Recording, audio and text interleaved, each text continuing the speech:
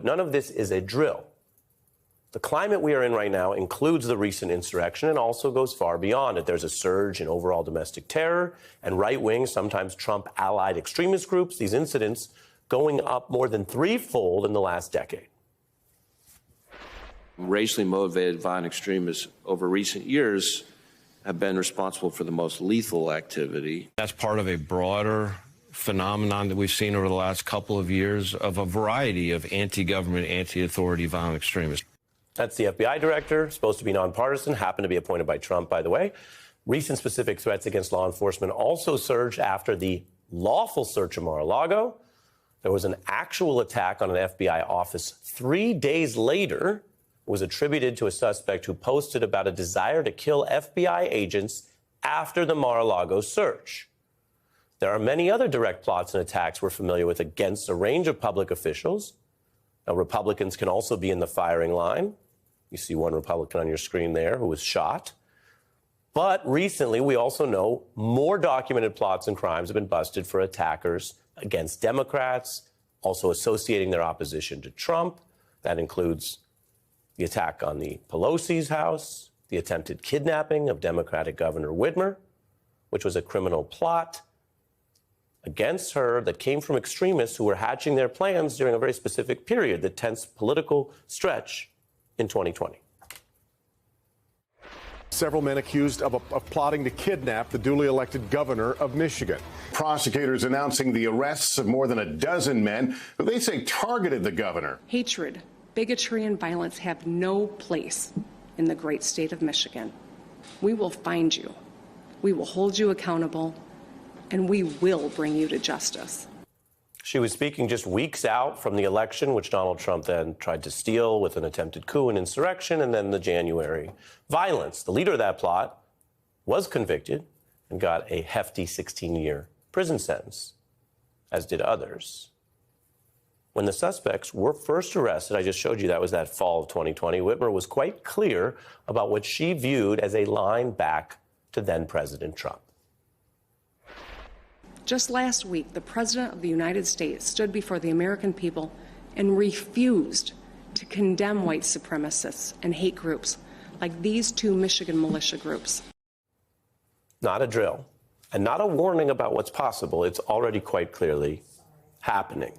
Take all those plots together, and you see the targeting of officials in the legislature and the executive branch, which is charged with enforcing the law, and the threats to prosecutors and their law enforcement partners themselves, the police, which links to Donald Trump's long-running attacks on the FBI, the normalizing of that, the vitriol, which his supporters took literally, obviously, directly, because it was all clear and out in the open, and that's how they were so primed to come and attack police officers at the Capitol. Because, again, to them, rule of law, law and order, tough on crime, it's BS to so many of them.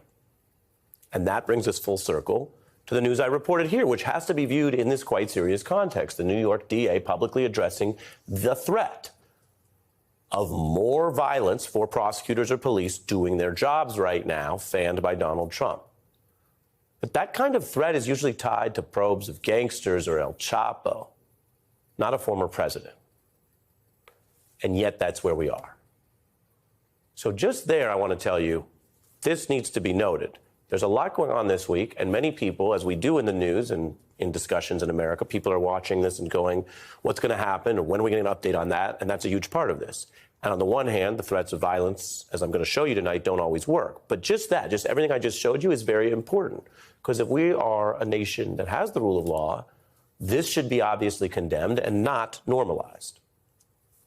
Now, does this stuff work? Can these plots and attacks intimidate prosecutors or change where a criminal probe heads? I can tell you that in some countries, criminals do effectively wield violence to try to control parts of law enforcement. Governments with weak systems or high corruption face this as a very effective tool. And it can be quite tragic. I'll give you one recent example.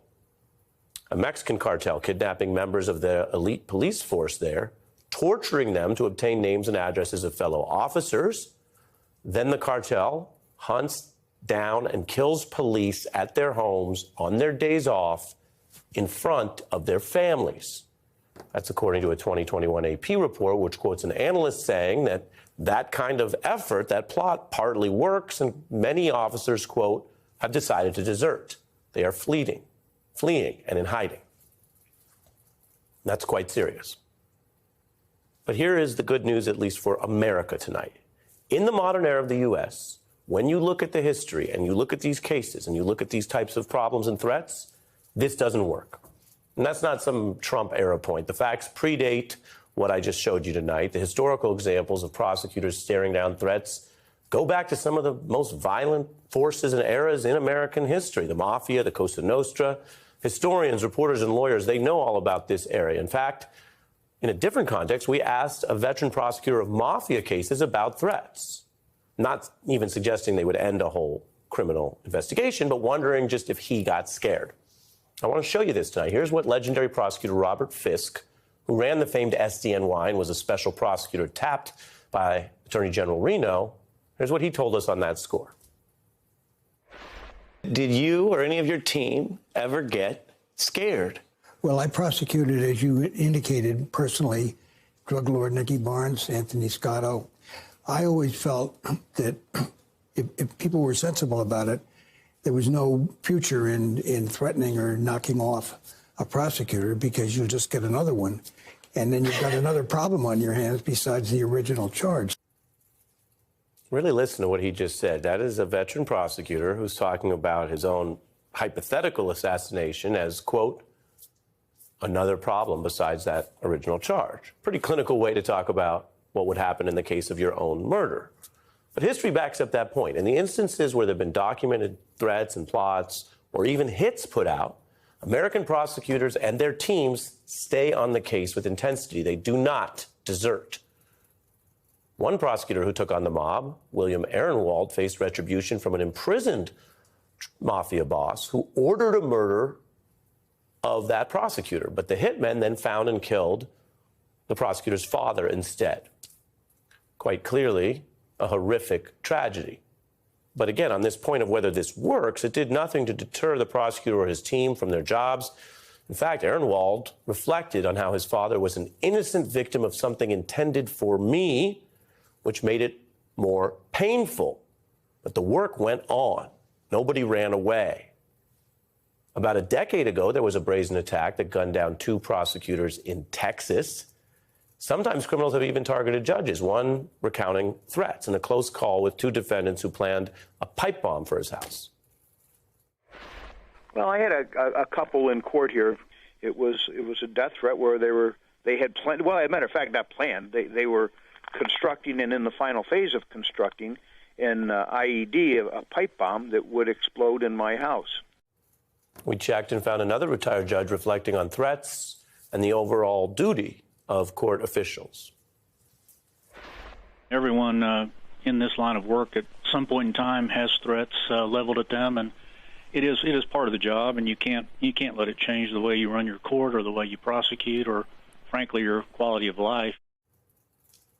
So those are veterans, officials recalling standing up to gangsters and bombers. And when you listen to them, you see this is serious stuff. But if you read the history books, if you look at court cases, these cases deal with all kinds of serious stuff, all kinds of crimes, and sometimes what happens after crimes are caught, which is sometimes you get obstruction. That's a type of interference that may not be violent. And other times you get people who are violent enough or dumb enough to do this or try to get other people to do it on their behalf. But let me tell you again something so important tonight and why we put this report together on the record tonight.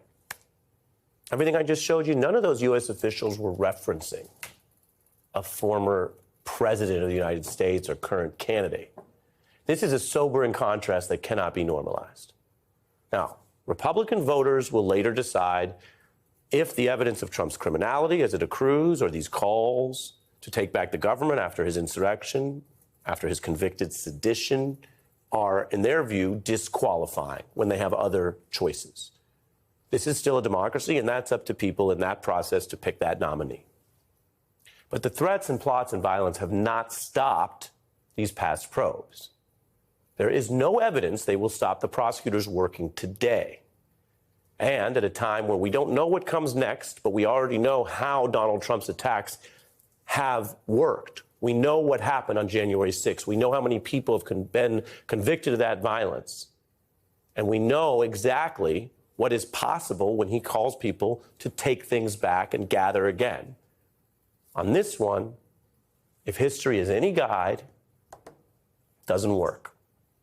It does not deter these prosecutors, these law enforcement officials in America. So that is one point for the rule of law tonight. It's also something any would-be criminals can consider or possibly find out the hard way.